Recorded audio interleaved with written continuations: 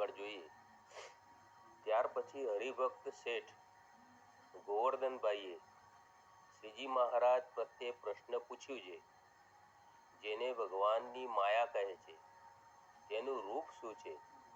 પછી શ્રીજી મહારાજ બોલ્યા છે, ભગવાનનો ભક્ત હોય તેને ભગવાનની મૂર્તિનું ધ્યાન કરતા જે પદાર્થ આડું આવીને આવરણ કરે તેને માયા કહીએ. તો જો આપણે આમાં જોઈએ તો ભગવાનના અતિ બે ઐશ્વર્ય, આ સૃષ્ટિ ચલાવવા માટે બે અતિ ઐશ્વર્યો છે, એક કાળ અને એક માયા. માયામાંથી આ સૃષ્ટિ ઉત્પન્ન થાય છે અને કાળથી આ સૃષ્ટિનો વિનાશ થાય છે. સામાન્ય રીતે આપણે જોઈએ તો માયા એટલે એવું લાગે કે પૈસા એટલે માયા, સંપત્તિ એટલે માયા. પણ અહીં સ્વામિનારાયણ ભગવાને માયાનો અર્થ અલગ જ કર્યો છે કે ભગવાનનું ભજન કરતા જે વસ્તુ આડી આવે એ માયારૂપ છે. ભગવાનનું ભજન કરવામાં બેસીએ અને એને કોઈ રોકે તો એ બધું માયારૂપ જ છે. આપણા છોકરાઓના છોકરાઓ ભજન કરવા બેઠા હોય, ભજન ના કરવા દે, અથવા તો મંદિરે આપણે જતા હોઈએ અને કોઈ મિત્ર હોય તો આપણને કે આ રોજ ઉઠીને શું મંદિર જવાનું, ચાલો આમ બગીચામાં ફરતા આવીએ, હે ને? તો એવી રીતે જે ભગવાનની ભક્તિ કરવામાં અંતરાય રૂપ થાય એ બધી જ માયા છે. ભગવાનની ભક્તિ ના કરવા દે, ભગવાનની ભક્તિ કરવા માટે આપણને અંતરાય કરે, રોકે, એ બધી જ માયા છે. તો માયાનું આ રૂપ છે કે ભગવાનની ભક્તિ કરતા જે કંઈ પણ આડું આવે તે બધી જ માયા છે. જો આપણે જોઈએ તો લગ્ન કરવાની તો લગભગ લોકો રાહ જોઈને બેઠા હોય છે.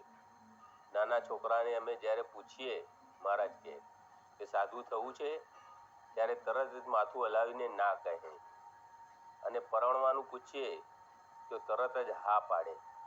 તો ભગવાને એવી કળ ચડાવી દીધી છે કે માયાનું તંત્ર ચાલ્યા જ કરે. માયાના પ્રવાહમાં જે ના તણાય એ જ તેમનું મુક્તપણું છે. સંસારમાં રહીને પણ જે પણ મનુષ્ય માયામાં તણાય નહીં, માયાથી અલ્પિત રહે, તો એ જ મુક્તપણું છે એનું, એ જ મુક્ત છે. તો જુઓ, માયાને ઓળખવી ખૂબ જ અઘરી છે, કારણ કે માયા, આ સૃષ્ટિ આખી માયાથી ચાલે છે. જે આપણે આગળ જોયું હતું કે કોઈ પણ પદાર્થ હોય કે જીવ હોય, પ્રાણી માત્રમાં આસક્તિ અને મમત્વ થઈ જાય છે, એ જ માયા. પણ આપણને એ જ આસક્તિ, એ જ મમત્વ ભગવાનમાં થતું નથી. એ જ માયા છે.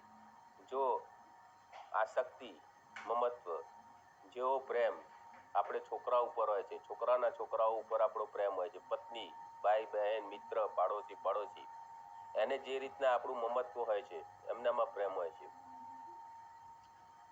એમના માટે કંઈક સારું કરવાની ઈચ્છા થાય, એમને રાજી કરવાની ઈચ્છા થાય, એમના માટે કંઈક દાખલો કરીએ, કંઈક કામ કરીએ, એમને ખુશ રાખવાની કોશિશ કરીએ, બરાબર.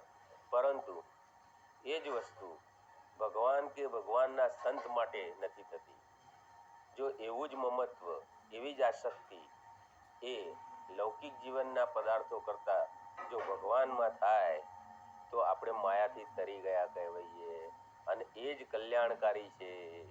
બીજું કશું જ કોઈ જ જેટલી બી કાર્યવાહી લૌકિક જીવનની કરવામાં આવે છે એ તો આ દેહના નિર્વાહ પૂરતી, કુટુંબના ભરણ પોષણ પૂરતી છે, નથી એમ નહીં. એ પણ નથી કરવાનું એવું પણ નથી, પરંતુ સંસારમાં રહીને પણ ભગવાનમાં આસક્તિ કરવી, ભગવાનમાં મમત્વ કરવું, બીજા બધા લોકોને રાજી કરવાથી અંતે કશું પ્રાપ્ત નથી થવાનું.